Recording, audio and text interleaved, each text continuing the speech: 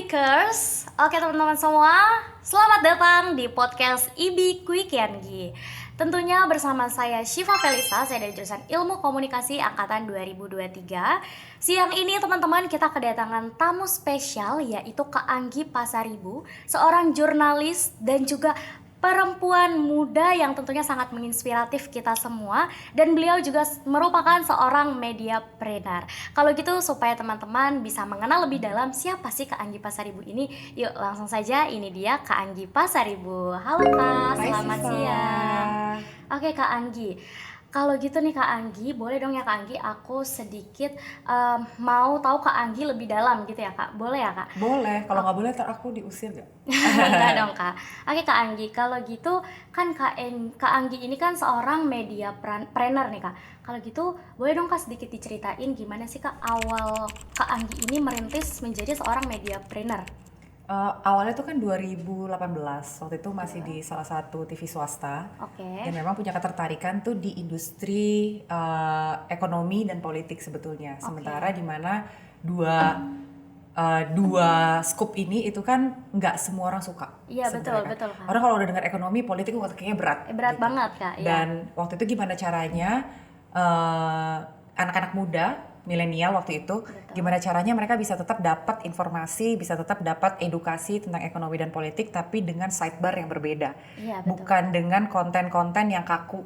Iya. Nah akhirnya di situ coba bikin deh dengan kanal sendiri waktu itu kan, bercerita dengan orang-orang yang orang-orang yang memang punya atribusi di sana. Betul. Kayak gitu.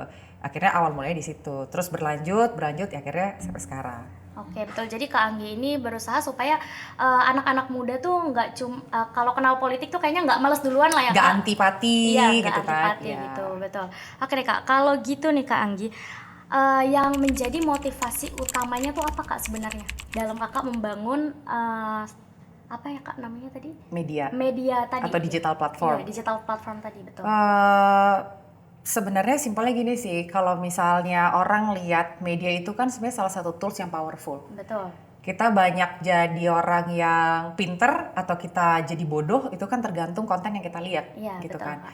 Jadi sesimpel itu aja, apalagi dengan salah satu poin di Undang-Undang Dasar 1945 itu kan adalah bagaimana kita bisa mencerdaskan kehidupan bangsa. Jadi Betul. gimana caranya aku yang memang bidangnya di situ bisa berkontribusi untuk mengedukasi masyarakat. Betul. Tapi juga tetap entertaining, ya dengan menggunakan platform yaitu digital media saat itu. Ya sesimpel itu aja sih sebenarnya. Gitu. Berarti ini sangat mulia banget ya teman-teman ya, karena Kak Anggi berusaha untuk Kak, membangunkan semangat anak muda lagi gitu ya Kak ya. Sebenarnya kayak gitu, apalagi kan kalau misalnya kita lihat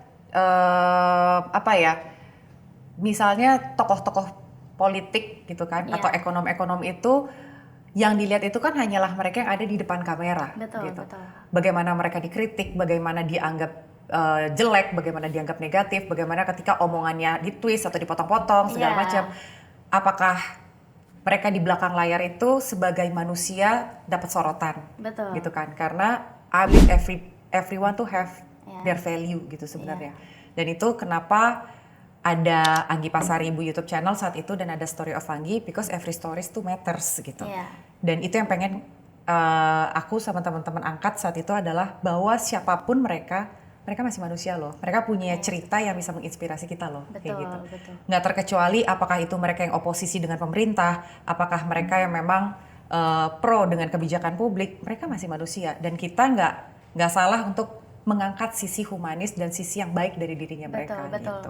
Aku setuju banget sih Kak, benar. Kadang kan orang kan ngelihatnya setengah-setengah aja ya, kayak dipotong-potong gitu ya. Supaya simpelnya tuh mungkin ini sifat supaya kedamaian tuh bisa terjadi lah. Iya betul. Kan waktu itu Bung Karno pernah bilang kalau nanti tantangan kita ini, generasi kita ini bukan lagi melawan penjajah. Betul. Tapi lo melawan negara lo sendiri. Benar, lo melawan bangsamu sendiri. Benar, gitu kan. Benar. Nah kalau misalnya kita berbeda sudut pandang terhadap pilihan politik, kita bisa ribut, suami istri bisa berantem, bisa pisah rumah, yang tadinya pacaran bisa pasangan bisa putus, suami istri bisa cerai, keluarga pecah.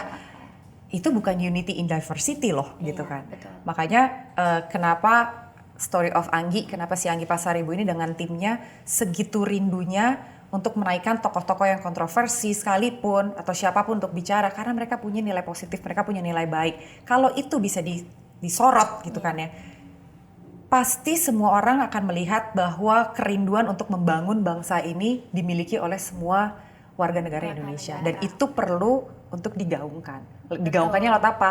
Karena kapasitas saya adalah sebagai orang media, ya lewat medianya Anggi gitu. Oke, jadi melalui, kalau boleh tahu medianya apa tuh Kak? YouTube ya berarti? Sekarang ini kita bergerak hampir di semua sosial media. Ada YouTube-nya, ada Instagram-nya, ada TikTok-nya. Untuk Anggi Pasaribu juga maupun Story of Anggi. Cuma memang tantangannya sekarang adalah ketika si Anggi ini udah bukan lagi dari stasiun TV tertentu gitu kan. Bukan karyawan dari stasiun TV tertentu, berarti kan sekarang dia udah lebih independen gitu. Bagaimana nama Anggi itu bisa terus terdengar bahwa popularitas buat kami itu nomor sekian lah. Betul. Yang pertama adalah how we can make an impact.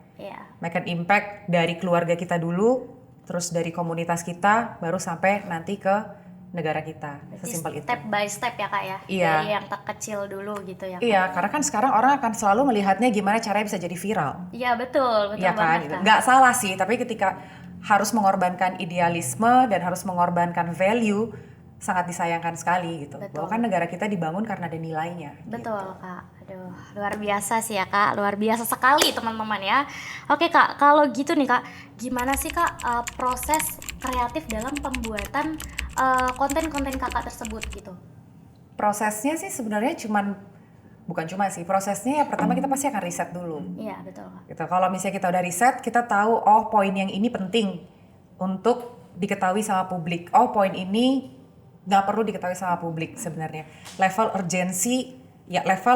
urgensi itu nomor satu dulu gitu kan. Kedua mengedukasi nggak, baru sisanya nanti tinggal kita pikirkan bagaimana caranya konten-konten itu bisa menghibur. Bagaimana konten-konten itu bisa di-create sekreatif mungkin, itu berdasarkan brainstorm sama-sama. Meskipun keputusannya finalnya tuh ada di aku gitu kan. Betul. Pada akhirnya kenapa Kak Anggi deal sama yang itu, kayak yang tadi, gimana aku memposisikan diriku sebagai viewers. Kalau aku aja nggak tertarik, kalau aku aja nggak seru gitu ngelihatnya, ya berarti orang lain nggak bakalan seru ngelihatnya gitu. Tapi kalau untuk target marketnya sendiri, itu Kakak ada targetnya nggak Kak? Sebenarnya kita memang lebih menargetkan ke anak-anak muda sih, karena kan generasi milenial, generasi Z gitu kan ya. Harapannya kita tuh bisa membantu lah untuk mensupport secara informasi yang benar seperti apa. Karena kan sekarang tuh udah media konvensional itu sekarang kan lumayan terdesak ya, terjepit ya. Dan semua orang udah melihat sosial media gitu. Pertanyaannya sekarang adalah apakah kita bisa percaya dengan semua konten yang dibagikan di sosial media gitu kan. Kalau misalnya kami yang tadinya dari TV konvensional atau dari media mainstream, kami sudah terlatih untuk melakukan yang namanya filterisasi. Filterisasi. Filter dari level dari paling bawah sampai ke level pimpinan redaksi gitu. Baru pemberitaan itu bisa dinaikkan. Nah, itulah yang diterapkan di konten Story of Anggi. Kebenarannya ada nggak? Faktanya ada nggak? Gitu. Kiblat kami masih sama, media konvensional. Karena bagaimanapun juga media-media mainstream itu mereka melewati filterisasi yang berlapis untuk bisa menaikkan pemberitaan itu sampai dibaca dan dinikmati oleh publik gitu. Benar Kak. Ya tanggung jawabnya sekarang data, kemudian kreativitas tuh kita nggak ada kiblatnya sih. Lebih kayak nonton, bengong, lihat referensi, itu biasanya akan tercipta dengan sendirinya. Gitu ya Kak, oke deh. Nah Kak, kalau gitu nih Kak, sebagai seorang mediapreneur nih Kak, gimana sih caranya Kak Anggi ini melihat potensi dunia digital dalam membentuk opini publik Kak? Besar banget, apalagi sekarang kan semua orang bisa jadi jurnalis. Iya betul Kak, dari mana aja ya Kak? Dari mana aja. We've heard about citizen journalist gitu. Yang artinya kamu dengan modal handphone, terus kamu ngelihat ada kecelakaan, kamu update, cepet naik, selesai beres gitu. Betul. Jadi potensinya besar banget. Tinggal bagaimana kita bisa mendigitalisasi itu. Bahwa digital platform itu bukan berarti cuma sebatas kita punya platformnya doang. Kita cuma punya YouTube, kita punya Instagram, kita punya TikTok, dan selesai. Tapi gimana kita bisa ngegandeng konten-konten kreator yang lain, kita bisa ngegandeng brand, kita bisa menggandeng government misalnya gitu kan ya. Dan itu PR-nya memang sangat banyak. Nah, yang jadi tantangannya sekarang adalah bagaimana konten itu bisa gak cuman seru doang untuk dilihat, tapi juga sebenarnya kebenarannya bisa dibuktikan. Betul. Gitu. Bukan cuma sekedar itu tadi, bukan cuma sekedar viral, tapi bisa mendidik orang. Betul. Mendidik itu kan nggak harus sesuatu yang kaku, gitu kan. Kakuisme itu it's very old school gitu. Dan aku tuh percaya anak-anak muda sekarang, Gen Z sekarang itu mereka punya kelebihan dalam hal kreativitas. Betul. Dan itu nggak bisa di underestimate gitu. Sayangnya adalah terlalu di underestimate, akhirnya tidak diberikan kesempatan. Betul, Kak. Iya kan? Iya. Kayaknya senyumnya penuh arti. Karena aku sebagai Gen Z juga kayak gimana gitu ya, Kak. Iya. Nah, teman-teman Gen Z ini mereka sangat kreatif. Mereka tahu bagaimana menciptakan hook 3 detik pertama. Konten-konten itu bisa enak dilihat, cepat, singkat, padat, selesai. Iya. Nah, milenial ataupun baby boomer atau segala semuanya lah gitu kan, perlu menggandeng teman-teman Gen Z ini untuk bisa berkolaborasi, bekerja sama, dan teman-teman Gen Z pun kiranya nih kalau boleh punya mental petarung. Jadi kalau ditegur sedikit jangan langsung sakit hati terus akhirnya langsung berhenti. Nggak kayak gitu gitu. Iya, Kak. Kayak gitu sih sebenarnya. Kalau memang kita pengen maju sama-sama, ayo kita gandengan sama-sama, kita kolaborasi sama-sama, kita belajar dari yang terdahulu juga belajar dari yang sekarang. Betul. Nah, kalau tadi kan Kak Anggi ngomongin tantangan nih, Kak. Nah, kalau tantangan terbesar Kak Anggi sendiri dalam menyampaikan isu-isu sosial, politik itu sekiranya bisa diterima publik dengan baik tuh gimana, Kak? Kalau aku tuh mungkin tantangannya lebih ke ini sih Siva, lebih ke believe in myself kali ya gitu. Karena at some point aku tuh kadang masih kayak ngerasa emang gue siapa ya gitu. Emangnya gue apaan sih gitu, emang gue siapa gitu, emang ada yang percaya sama value gue, emang gue percaya, emangnya ada yang mau dengerin gue, emangnya ada yang mau nonton gue, emang gue siapa, kayak gitu. Tantangannya tuh lebih kepada fight my battlefield, maksudnya kayak my mind is my battlefield gitu, gimana caranya bertarung dengan diri sendiri, bisa nggih gitu. Kalau lu nggak believe ya gimana anak-anak lu mau believe gitu kan. Terus dengan keterbatasan sumber daya gitu kan, sumber daya di sini adalah logistik, kayak gitu. Ketika logistik kita harus berkompet dengan mereka yang bisa memberikan lebih tinggi lagi gitu kan. Bagaimana bisa menahan sumber daya manusia aku ini untuk bisa tetap stay di sini gitu kan. Yang artinya kan value itu harus terus ditanamkan. Dan ketika harus menanamkan value itu kan gak selalu dengan keadaan Anggi itu lagi baik-baik aja. Iya, betul. Iya kan? Anggi itu pasti juga punya tantangan ketika dia lagi urusan dengan orang rumahnya, dengan anaknya, dengan kerjaannya. Tapi kan orang-orang ini harus tetap di feeding gitu, supaya mereka believe in myself gitu kan. Itu sebenarnya jadi tantangan terbesar. Bagaimana memanusiakan manusia, bagaimana bisa sabar untuk meng-create sumber-sumber daya manusia yang kompeten untuk kita bisa maju sama-sama. Karena kita nggak bisa maju sama-sama, Anggi Pasaribu nggak akan bisa ada sekarang kalau nggak ada mereka gitu. Jadi tantangannya lebih ke situ sih. Berarti lebih ke internal ya, Kak? Lebih ke internal. Berarti kalau untuk yang eksternalnya kira-kira ada nggak? Atau Kakak pernah dapet hal yang kayak kritikan atau gimana gitu? Mungkin itu kan udah jadi hal yang kayaknya sehari-hari Kakak dengar mungkin ya, Kak? Banyak, bahkan ada juga yang kayak bilang ngapain namanya Story of Anggi? Emang lo siapa? Belum waktunya kali lu bikin sesuatu pakai nama lo kayak gitu kan gitu. Iya benar juga ya gitu kan. Cuman ya ketika kritik itu datang, ketika serangan dari eksternal datang, by the time internalnya kuat, itu bisa dihadapin. Bisa dihadapin ya, Kak. Lagi-lagi kayaknya yang seperti itu nggak terlalu perlu dipikirkan gitu ya, Kak? Bukan nggak perlu terlalu dipikirkan itu pasti gitu kan. Itu kan pasti. Ya, karena ya apa bener ya, apa ini ya, apa itu ya, ini nggak, itu nggak. Overthinkingnya kan pasti ada. Iya, gitu betul. Kan. Cuma kan sekarang kalau misalnya Angginya nggak kuat, nahkodanya nggak kuat, yang ke belakang gimana nih gitu. Iya benar juga sih, Kak. Kayak gitu. Iya yang namanya kadang males syuting gitu ya. Ada ya, Kak, berarti ya? Males banget gue meeting ketemu orang gitu. Pasti ada lah, aduh males basa-basi. Males ini apa segala macam, pasti ada. Cuman ketika fokusnya ke orang lain, akhirnya itu ya jadi ngebuat, oh ya enggak. Jadi harus ngebuyarin keeping diri forward sendiri gitu ya, Kak? Tantangannya pasti ke diri sendiri. Oke deh. Oke, Kak, kalau gitu nih, Kak, kalau khusus program Kaktus ini nih, Kak, kira-kira Kakak tuh dapat gimana sih respon Kakak terhadap animo mahasiswa? Bukan, Kak, kalau khusus program Kaktus ini tuh kan Kakak kan sasarannya itu mahasiswa ya, Kak. Nah, itu gimana caranya Kakak bisa melakukan pendekatan dengan mahasiswa tersebut gitu? It happens naturally sih, Siva, yang kayak gitu. I believe when you have a good vibes, itu bisa attracting people kali ya. As simple as that aja sih. Anak-anak mahasiswa ini kan punya eager to learn. Iya, betul. Gitu. And we provide that. gitu. Jadi untuk membangun itu sebenarnya nggak terlalu susah, apalagi sebenarnya Kaktus ini itu kan programnya Story of Anggi. Tapi sebelum ini dulu kita punya program Ghost to Campus juga waktu masih di salah satu TV swasta di Net TV. Itu kita udah masuk ke kampus-kampus udah cukup banyak gitu sebenarnya. Jadi nggak terlalu susah sih sebenarnya. Tantangannya adalah bagaimana sekarang ini kita menyesuaikan dengan taste-nya teman-teman tanpa menafikan isinya. Gitu. Jadi value itu tetap harus dikasih tahu. Do the reading, baca, know that you have value.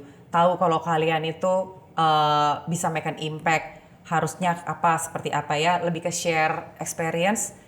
Biasanya kayak gitu lebih masuk ke teman-teman mahasiswa. Lebih ke pengalaman gitu ya Kak berarti ya. Oke deh Kak. Nah kalau gitu nih Kak, pasti kan Kakak punya lah harapan Kakak untuk generasi sekarang gitu Kak. Kan kadang tuh ada aja orang yang kalau aku lihat di komen-komen, wah Indonesia menuju Indonesia cemas nih ya Dona. Kalau menurut Kakak nih harapan dan juga kiranya tanggapan Kakak lah mengenai hal tersebut gitu. Kalau dibilang Indonesia apa tadi? Cemas ya Kak. Indonesia cemas sekarang negara bagian mana yang nggak punya masalah? Betul. Semua negara ya Kak ya. Exactly. Inggris karena aku kan bolak-balik Indonesia Inggris karena ke Belanda gitu kan karena keluarga juga dari sana. Inggris gitu. Semenjak dia keluar dari Uni Eropa. Bagaimana sekarang visa diurusnya susah banget. Betul. Terus sekarang ada aturan baru loh dari pemerintah Inggris bahwa siapa yang sekolah di sana ada batas waktunya. Habis itu mereka udah nggak dapetin visa student. Mereka nggak bisa kerja. Pada dasarnya semua negara memprioritaskan warga negaranya. Gitu. Betul. Dan nggak cuma Indonesia doang yang sekarang ini tuh lagi degap-degup semua negara. Apalagi dengan perang dagang antara Amerika dengan China gitu kan. Betul. Yang namanya ketidakpastian global itu selalu ada. Tahun ke tahun selalu ada. Cuman kan sekarang gini, ketika misalnya kamu lagi kena arus ombak, kamu mau ke bawah arus atau kamu lawan? Betul. Supaya kamu bisa bertahan di arus itu kan paling nggak kamu berenang, kamu lawan. Betul. Artinya kamu punya skill di situ. Kalau lagi situasi kayak gini, apa yang bisa kamu kasih ke negara gitu? Instead of marah-marahin pemerintah, bukan nggak boleh mengkritisi ya. Betul.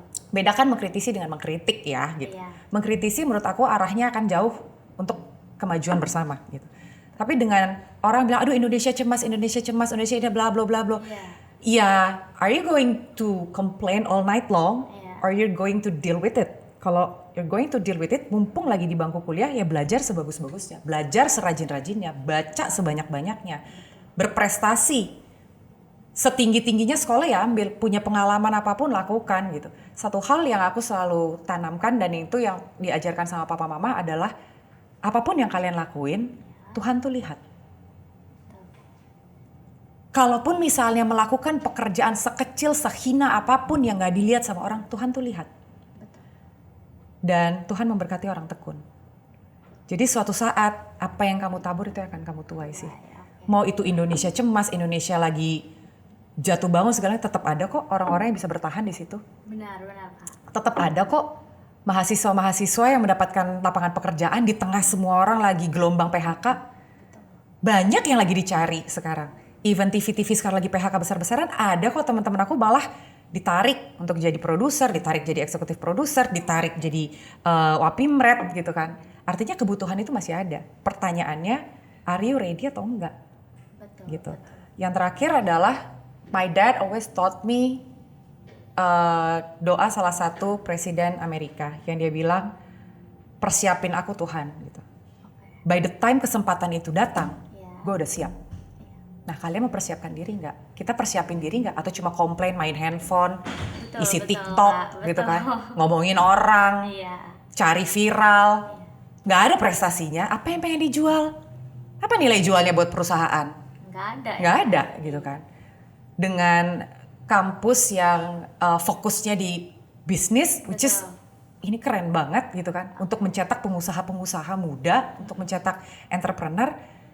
Itu keren banget, harus jemput bola. Belajar dan lakukan bagian kita itu yang sekarang. Gak usah nanti tuh nanti lagi. Yang sekarang nih, enjoy every moment, enjoy every seconds.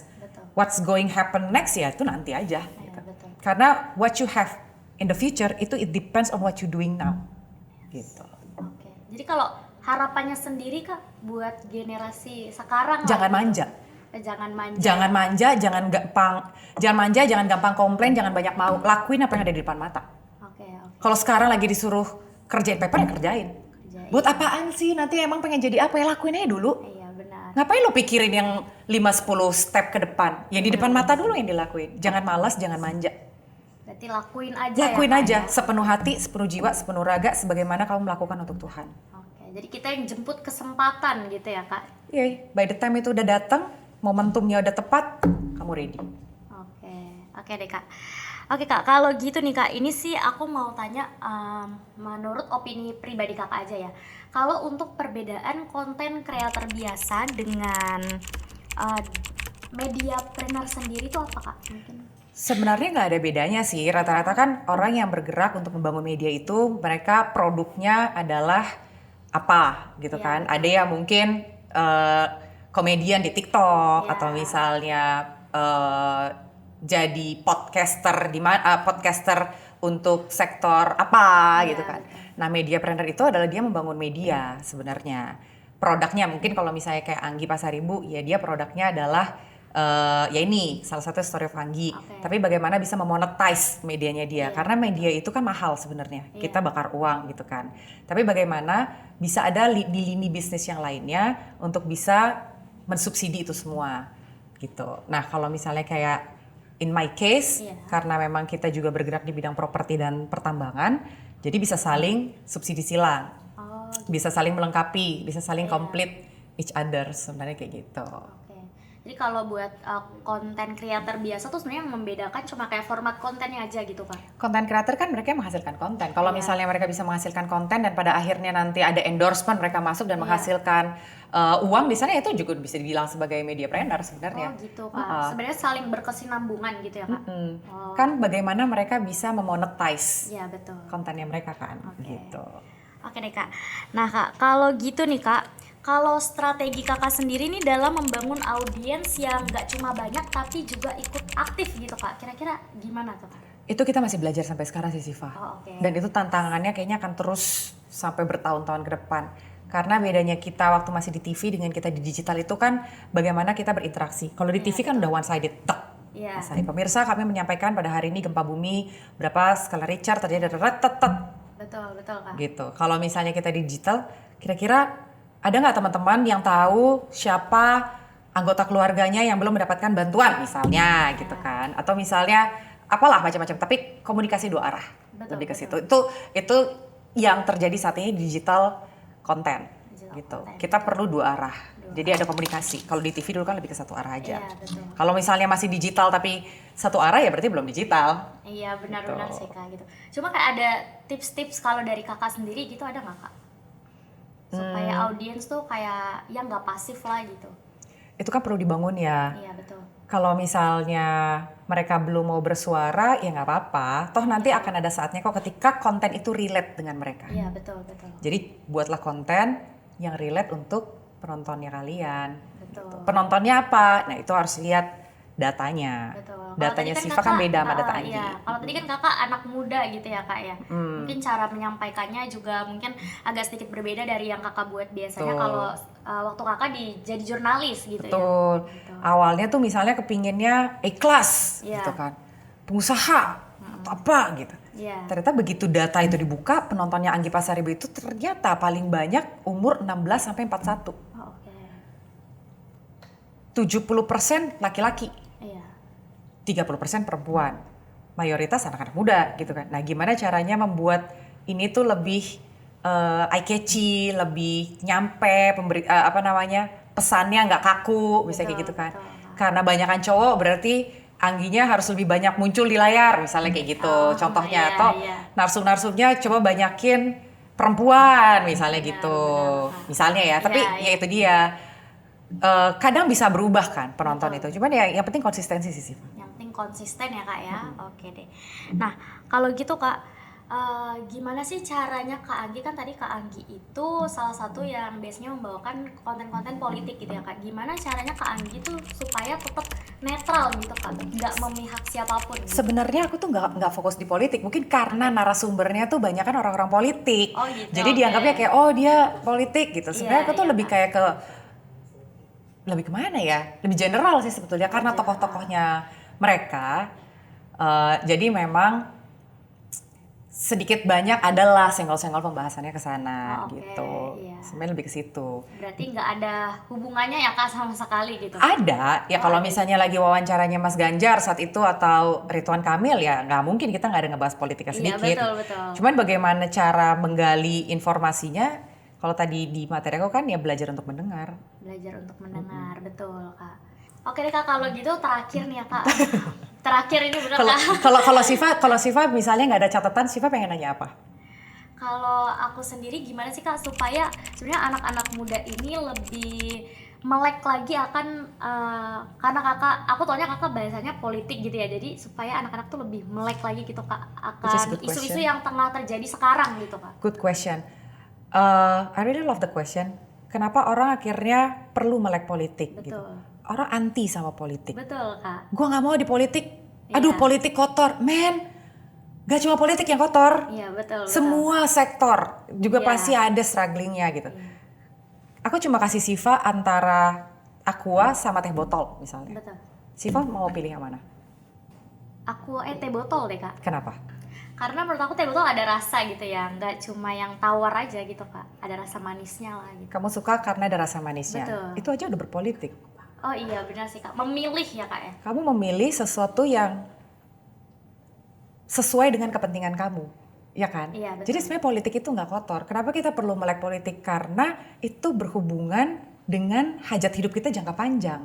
Bahwa nantinya siapa yang akan kita pilih untuk pilkada ke depan, presiden kita ke depan, atau siapalah para pemimpin-pemimpin yang ke depan kita akan pilih, dan kita perlu melek saat itu, karena itu berhubungan dengan nasib kita, anak cucu kita ke depan. Betul. Bagaimana pendidikan itu bisa semakin lebih baik, bagaimana teknologi lebih baik, bagaimana kebijakan-kebijakan yang pro terhadap rakyat, yang inklusif itu bisa terdorong dengan mereka yang punya kuasa, itu kita perlu melek di situ. Betul. Sayangnya kita nggak mau melek karena kita merasa kotor, nggak gitu. Betul. Ya kan, nggak gitu.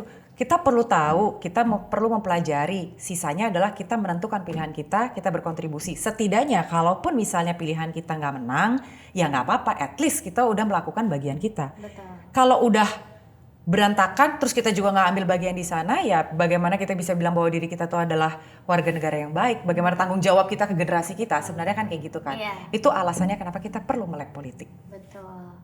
Oke deh Kak, kalau gitu nih Kak, mungkin karena kita tadi udah ngobrol banyak ya Kak ya, itu tadi teman-teman sekilas obrolan aku dengan Kak Anggi yang isinya daging semua, nggak lumayan lagi tapi memang isinya ini daging semua, keren banget. Nah kalau gitu teman-teman, tadi itu kata Kak Anggi supaya teman-teman bisa mulai berani untuk menjadi seorang mediapreneur ya Kak. Kuncinya itu adalah mulai dulu ya Kak ya, ambil kesempatan.